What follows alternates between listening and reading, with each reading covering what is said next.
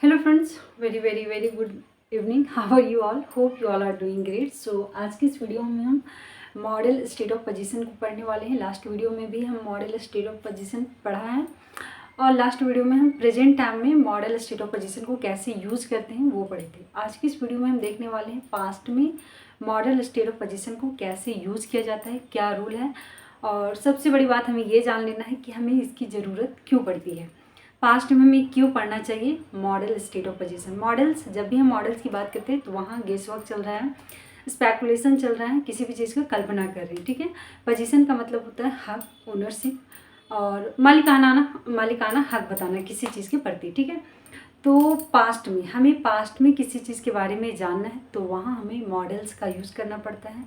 Model state of position को use करके हम सेंटेंस को बना सकते हैं और प्रैक्टिस कर सकते हैं।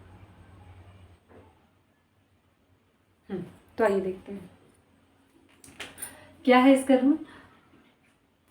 सेम रूल है, जब हम प्रेजेंट में मॉडल्स को यूज कर रहे थे स्टेट ऑफ पोजीशन के लिए तो वहाँ क्या लगा रहे थे, might have, may have, must have. ठीक है, तो सेम चीज़, सिर्फ थोड़ा सा हमें ध्यान देना है कि चूंकि हम पास्ट का बात कर रहे हैं तो पास्ट में क्या ऐड हो रहा है, हमारा हैड ऐड हो रहा है। ठीक है, रूल वही रहेगा, सिर्फ उसके साथ ऐड क्या करना है, हैड को। ठीक है, ज़्यादा रूल्स और ज़्यादा कॉम्प्लिकेटेड करने का ज़रूरत नहीं, इजी में समझिए। वैसे तो हम कुड और वुड को भी यूज कर सकते हैं, लेकिन मैं पिछले वीडियो में भी बताई थी कि जब हम मॉडल्स की बात कर रहे हैं, स्टेट ऑफ पोजीशन की बात कर रहे हैं, तो कोशिश करें कुड और वुड को यूज नहीं करें, क्योंकि आप कंफ्यूज हो जाएंगे। और सेम रूल, सेम तरह का सेंटेंस बनते हैं जब हम कंडीशनल पढ़ते हैं, तो इसीलिए मॉडल्स पढ़ते समय कुड और वुड को थोड़ा सा सेट कर दिया जाता है।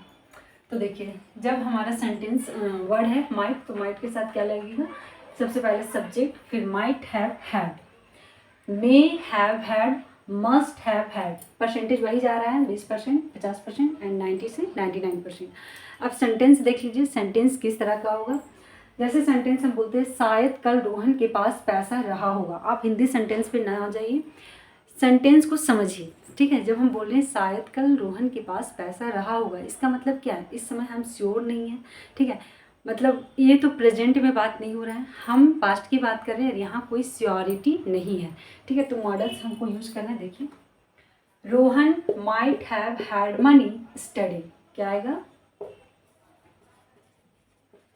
Rohan might have had money study. Actually ना बोर्ड का सेटिंग मेरा सही नहीं है, इसलिए नीचे दिख रहा होगा कि नहीं दिख रहा होगा भगवान जाने। ठीक है, तो Rohan might have had money study, मतलब यहाँ पॉसिबिलिटी बहुत ज़्यादा कम है। जब हम 20 से 30% की गेस कर रहे हैं तो वहाँ माइट का यूज करेंगे। जब हम मे लगा रहे हैं, ठीक है, तो अगर हम मे से सेंटेंस बनाएंगे, Rohan may have had money study, जब 50% की श्योरिटी है तो। ठीक है, 50% गेस कर रहे हैं।